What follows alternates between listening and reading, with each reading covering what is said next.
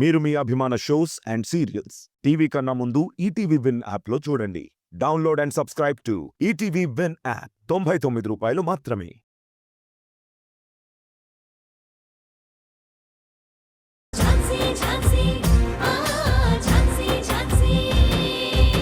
Big breaking news. Sharwa కేసులో నిందితుడిని arrest చేసిన పోలీసులు. ప్రసిద్ధ వ్యాపారవేత్త సోమేశ్వరరావు అల్లుడు వరప్రసాద్ ఈ యాక్సిడెంట్ చేశారని ప్రాథమిక సమాచారం అందింది. ది గ్రేట్ లాయర్ మృణాలిని గారి భర్తే ఈ వరప్రసాద్.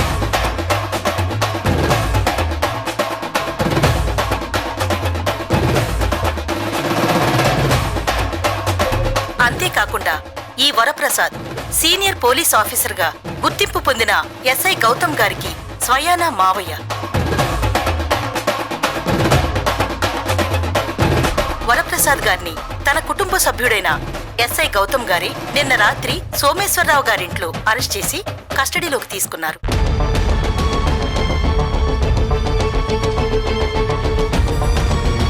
ఈ కేసులో శర్వా తరపున లాయర్ ఝాన్సీ గారు వాదిస్తుండగా, నిందితుడు వరప్రసాద్ గారి తరపున లాయర్ మృణాలిని గారు వాదిస్తున్నారు.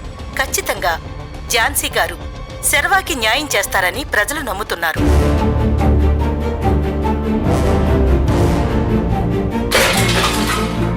మావయ్య గారు, కాఫీ. కొంచెం విషం ఉంటే పట్రా. సరే మావయ్య. సరే మావయ్య. రేయ్ ధనంజయ్, ఏంట్రా ఇది? సొసైటీలో నన్ను తలెత్తుకోకుండా చేస్తున్నారు కదరా.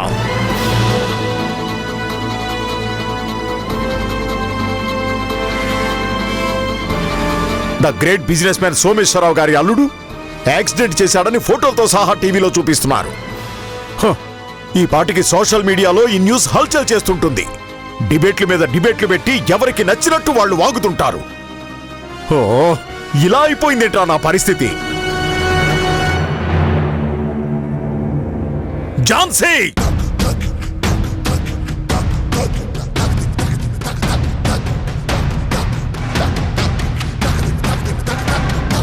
డాడ్, నా భర్త ఏ తప్పు చేయలేదని నేను నిరూపిస్తాను. మీ పరువు ప్రతిష్టలకి ఎలాంటి భంగం కలగకుండా నేను చూసుకుంటాను. నేను నీకేం ద్రోహం చేశాను? ఎందుకు నా కుటుంబాన్ని ఇలా పబ్లిక్ లోకి తీసుకొస్తున్నావు? పిల్లల విషయంలో మొన్న నన్ను కోర్టు బోన్లో నిలబెట్టావు. నేను అవమానంతో తలదించుకునేలా చేశావు.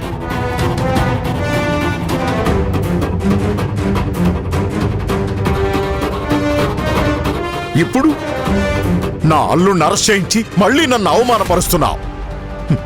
ఎందుకు ఎందుకు మా ఫ్యామిలీ అంటే అంత ద్వేషం?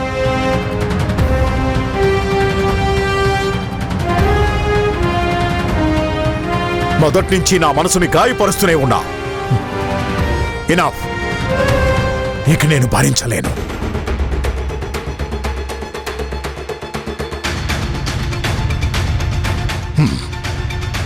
ఇప్పటికైనా మించిపోయింది లేదు. నా మాట విని ఈ కేసు వెనక్కి తీసుకో. ఐఎమ్ సారీ సార్, నేను తీసుకోను.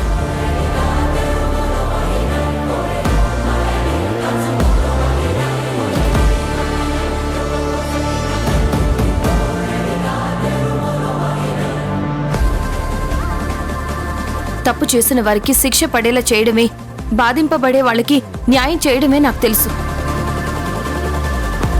అయినా తప్పు చేసిన వ్యక్తిని ఎలా వదిలేయమంటారు? ఝాన్సీ, నోర్మోయ్, అరుస్తున్నావేంటి? నువ్వు మా డాడీతోనే గొంతెత్తి మాట్లాడేంత ఎదిగిపోయావా? ఈ ఇంట్లో ఉన్నంత మాత్రాన నీ స్టేటస్ మారదు. ఇంకొకసారి ఇలా చేస్తే వార్నింగ్లుండవు. చూడు ఝాన్సీ, ఇప్పటి వరకు నా లైఫ్లో మా నాన్న ఆర్డర్ చేయడమే గాని రిక్వెస్ట్గా అడగడం ఇదే మొదటిసారి. నిన్ను మర్యాదగా అడిగారు కేసు వెనక్కి తీసుకోమని. సో కేసు వెనక్కి తీసుకో. నేను కూడా నా లైఫ్లో ఒకే సమాధానం మళ్ళీ మళ్ళీ చెప్పడం ఇదే మొదటిసారి. మర్యాదగా చెప్తున్నాను, కేసు వెనక్కి తీసుకోను. ఝాన్సీ, మా నాన్న మాట తిరస్కరిస్తున్నావు. మా నాన్న గురించి నీకు తెలీదు. ఆయన గొప్పతనం గురించి నీకు అస్సలు తెలీదు. సార్, మా తాతలు నేతులు తాగారు, మా మూతుల వాసన చూడండి అన్నట్టుంది మీరు చెప్పేది. మీ నాన్నగారు మీకు గొప్పేమో, అందరికీ కాదు. మీ నాన్నగారు ఎంత గొప్ప అయినా కావచ్చు, కానీ అది ఒక ప్రాణాన్ని తిరిగి తీసుకురాలేదు. మా నాన్న ఎన్ని ప్రాణాలు నిలబెట్టారో నీకు తెలుసా? ఎంతమందికి డొనేషన్స్ ఇచ్చారో నీకు తెలుసా? ఎన్ని చారిటీస్ చేశారో నీకు తెలుసా? ఆఫ్టర్ ఆల్ ఒక టీ షాప్ బాయ్ ప్రాణం మీదకి వచ్చిందని ఏదేదో మాట్లాడుతున్నావేంటి? మేడం, మీకు ఆఫ్టర్ ఆల్ ఏమో, కానీ వాళ్ళమ్మకి బిడ్డే ప్రపంచం.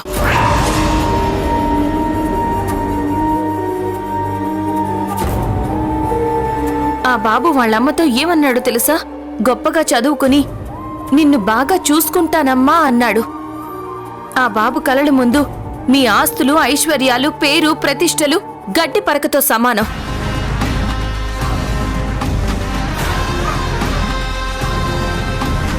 ఆపో, అవన్నీ కాదు. కేసు వెనక్కి తీసుకుంటావా లేదా? ఎదుటి వాళ్ల పరువుతో ఆడుకోవడం నీకు బాగా అలవాటైపోయిందనుకుంటా. పరువు కోసం మాలాంటి వాళ్ళు బంధాల్ని కూడా దూరం చేసుకుంటారు. చివరికి ప్రాణాలైనా ఇస్తా తెలుసా నీకు? తనకవేం తెలీదు బావగారు. తెలుసుంటే మనల్నెందుకు ఇబ్బంది పెడుతుంది? దిక్కుమొక్కు లేని దాన్ని ఇంట్లోకి తెచ్చిపెట్టుకున్నందుకు మనకిలాగే జరగాలి. తన గోత్రమేంటో తనకి తెలీదు, అసలు తన పేరేంటో తనకి తెలీదు.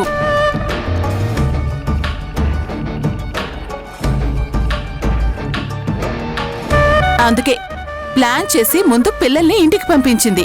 ఆ తర్వాత కోర్ట్ ఆర్డర్ అంటూ వచ్చి తను కూడా ఇక్కడే తిష్ట వేసింది. ఏం మనుషులో ఏంటో.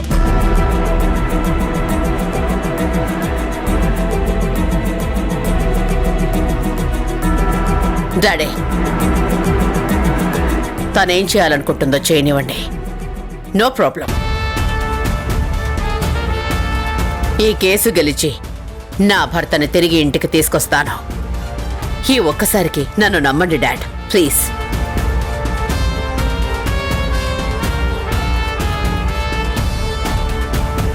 నీ ఇష్టం, ఏం చేసుకుంటావో చేసుకో. నాకు మాత్రం నా పరువు ప్రతిష్ఠే ముఖ్యం.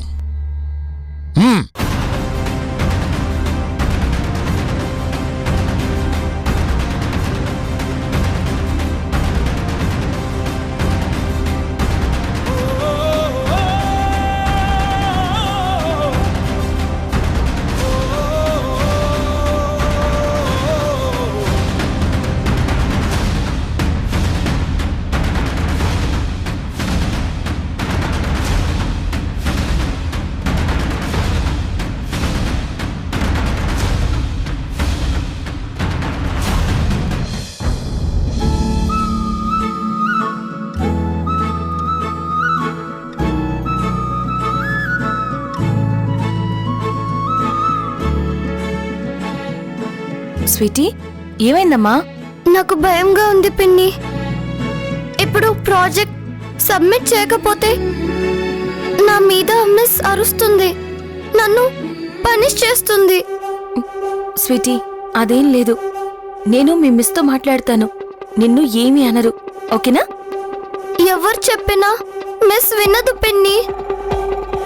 ప్రాజెక్ట్ ఎందుకు సబ్మిట్ చేయలేదని కొడుతుంది. నేను స్కూల్కి వెళ్ళను పిన్ని. స్వీటీ, అయితే నేను కూడా స్కూల్కి వెళ్ళను. వంశీ, నువ్వుండు. స్వీటీ, నువ్వలా అనద్దు. ఈ పిన్ని చెప్తుంది కదా, పిన్ని మాట వినాలి, ఓకేనా? అమ్మా స్వీటీ,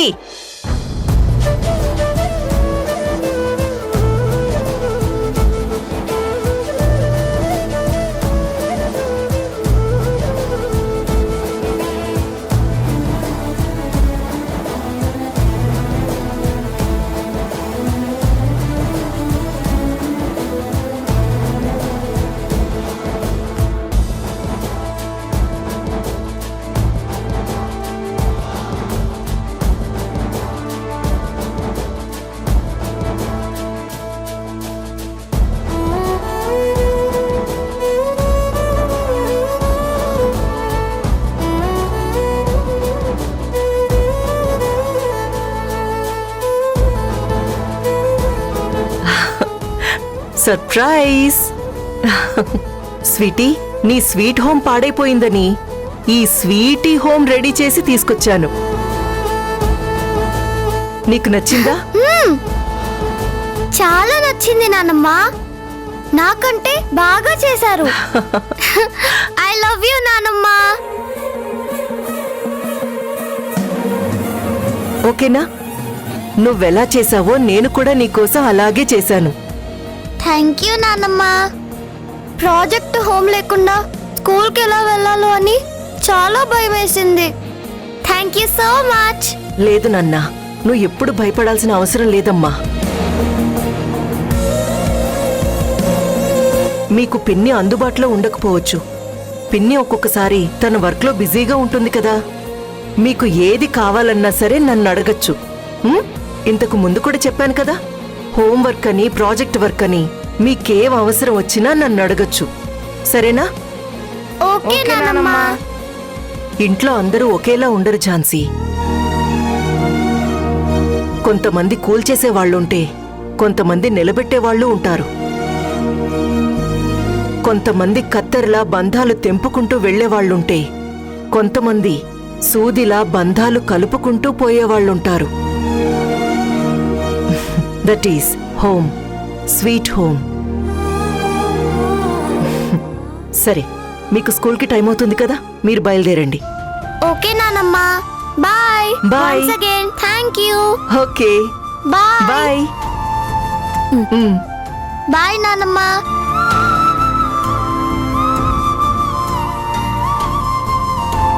పాపం పసిపిల్లలు, ఇంట్లో రాజభోగాలు అనుభవించాల్సిన వాళ్ళు ఇలా నరకం అనుభవిస్తున్నారు. ఈ కష్టం ఇంకా ఎన్నాళ్ళో పాపం పసిపిల్లలకి.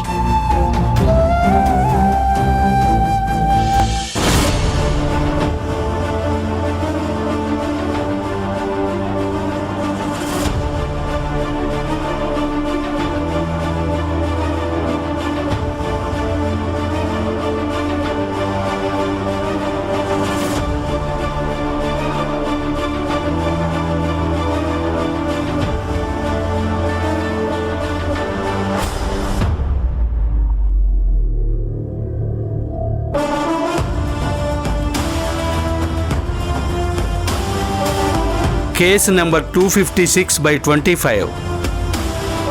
ఝాన్సీ గారు, మీ వాదన మొదలు పెట్టండి. Thank you your honour. Your honour, నా క్లయింట్ సర్వా ఒక పేద కుటుంబానికి చెందినవాడు.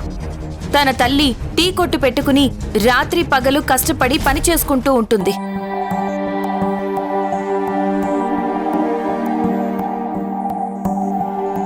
గౌరీకి ఫీవర్గా ఉందని తన కొడుకు సర్వా హాస్పిటల్కి టీ తీసుకుని వెళ్తూ ఉండగా కార్తో యాక్సిడెంట్ చేశారు ఈ వరప్రసాద్ గారు.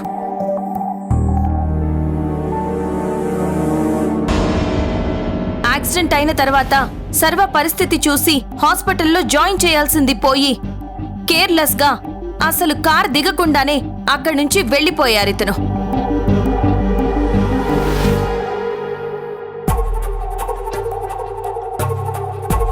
కొంచెం కూడా మానవత్వం లేని ఈ వరప్రసాద్ గారికి BNN 106 సెక్షన్ ప్రకారం శిక్ష విధించి నా క్లయింట్ కి నష్టపరిహారం అందేలా చూడాలని కోర్టు వారిని కోరుతున్నాను.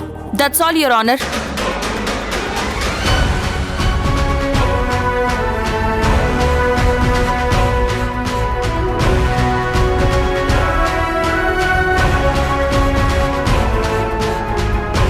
మృణాలిని గారు, మీ వాదన చెప్పండి. Yes, Your Honor.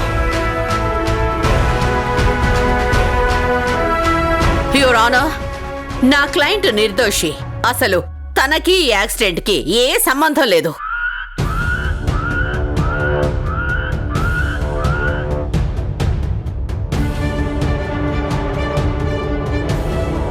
Lawyer Jhansi గారు కావాలనే నా క్లయింట్ వరప్రసాద్ మీద అబద్ధపు కేసు పెట్టించింది. ఆ అవసరం ఝాన్సీ గారికి ఏముంది? ఎందుకంటే తనకి సోమేశ్వరరావు గారి కుటుంబం మీద వ్యక్తిగతంగా కక్ష ఉంది.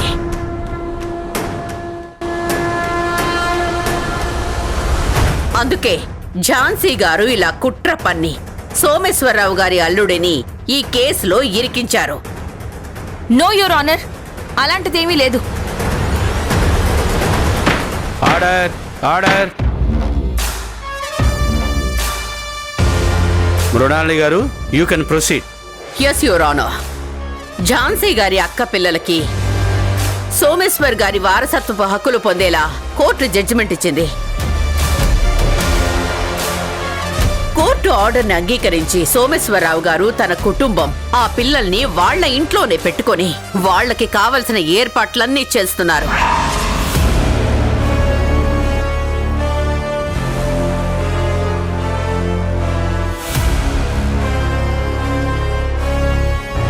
కానీ ఝాన్సీ గారు మాత్రం తన అక్కకు అన్యాయం జరిగిందని అపోహపడిపోయి ఆ కుటుంబం మీద ప్రతీకారం తీర్చుకోవాలనుకుంటున్నారు.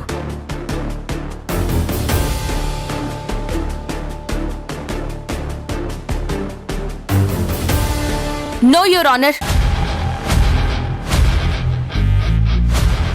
నేనొక లాయర్ని. సర్వా కేసు నీరుగార్చాలని కొంతమంది ప్రయత్నాలు చేస్తుంటే ఈ కేసుని నేను టేకప్ చేశాను. అంతేకాని నాకు ఎవరి మీద ఎలాంటి కుట్రలు లేవు, కక్ష సాధింపులు అంతకన్నా లేవు.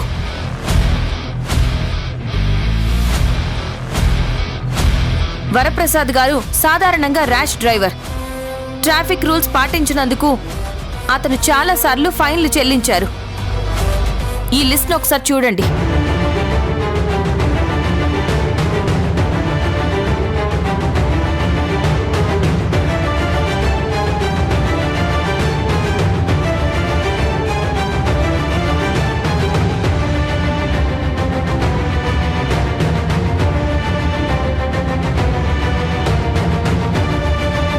ఎస్, చాలాసార్లు ఫైన్ చెల్లించారు. యువర్ ఆనర్, నా క్లయింట్ ఒక బిజినెస్ మ్యాన్. ఎన్నో మీటింగ్స్ కి అటెండ్ అవ్వాల్సి ఉంటుంది. కొన్నిసార్లు లేట్ అవుతుంది. ఆ కంగారులో ట్రాఫిక్ రూల్స్ పాటించకపోయి ఉండొచ్చు. కానీ ట్రాఫిక్ రూల్స్ పాటించకపోయినంత మాత్రాన తనే యాక్సిడెంట్ చేశారు అనే నిర్ణయానికి రావడం కరెక్ట్ కాదు. వరప్రసాద్ గారు యాక్సిడెంట్ చేయకపోతే లాయర్ భరత్ గారికి లంచం ఇచ్చి ఈ కేసుని ఎందుకు క్లోజ్ చేయించారు?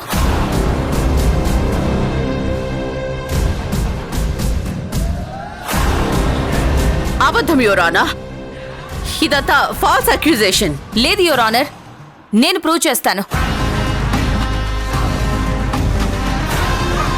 లాయర్ భరత్ గారిని విచారించడానికి మీరు అనుమతి ఇవ్వాల్సిందిగా కోరుకుంటున్నాను. Permission granted.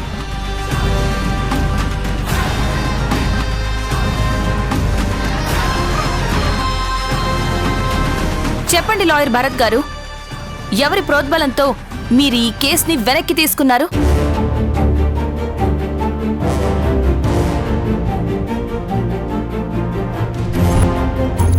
అటు కాదు, ఇటు చెప్పండి. ఎవరి ప్రోద్బలమూ లేదు. గౌరీ గారే, స్టేషన్ల చుట్టూ కోర్టుల చుట్టూ నేను తిరగలేను, అసలు యాక్సిడెంట్ ఎవరు చేశారో కూడా తెలీదు, ఈ కేసులు అవి ఇవి వద్దని తనే వెనక్కి తీసుకుంది. అబద్ధం.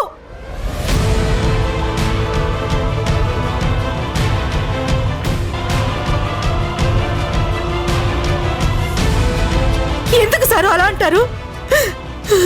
ఆ రోజు మీరు నాతో చెప్పలేదా? కేసు పెట్టాక చాలాసార్లు సంతకాలు పెట్టాలి అని చెప్పలేదా?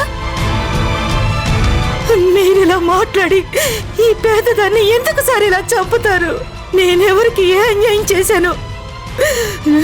న్యాయం కోసం కోర్టుకొస్తే మీరిలా మాట్లాడతారా? అయ్యో దేవుడా, నేనేం పాపం చేశాను?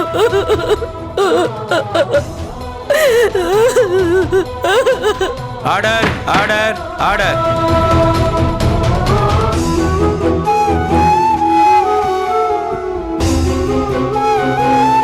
చూడండి భరత్ గారు, వరప్రసాద్ గారు మీకు డబ్బులు ఇచ్చారా లేదా?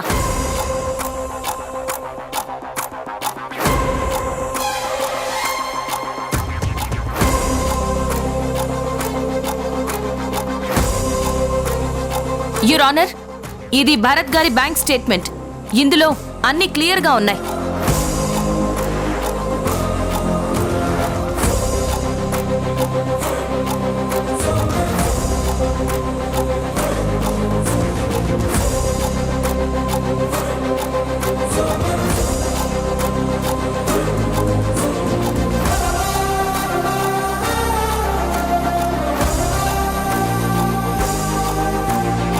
చూడండి, మీరిక్కడ ఎవరికి భయపడాల్సిన అవసరం లేదు. మీరు కూడా లాయరే కదా. అబద్ధం చెప్తే మూల్యం చెల్లించుకోవాల్సి ఉంటుందని మీకు కూడా తెలుసు కదా.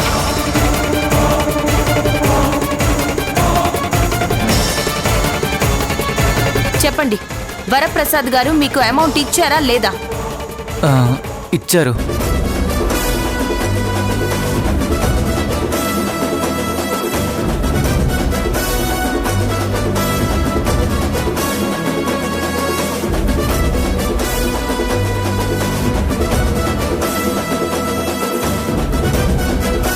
ఝాన్సీ గారు, మీరేం వరీ అవ్వకండి.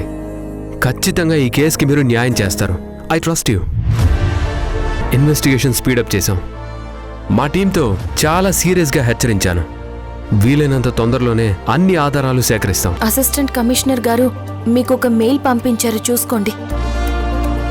ఏముంది అందులో? ఈ కేసు నుంచి మిమ్మల్ని ఇన్వెస్టిగేషన్ ఆఫీసర్గా తొలగించారు.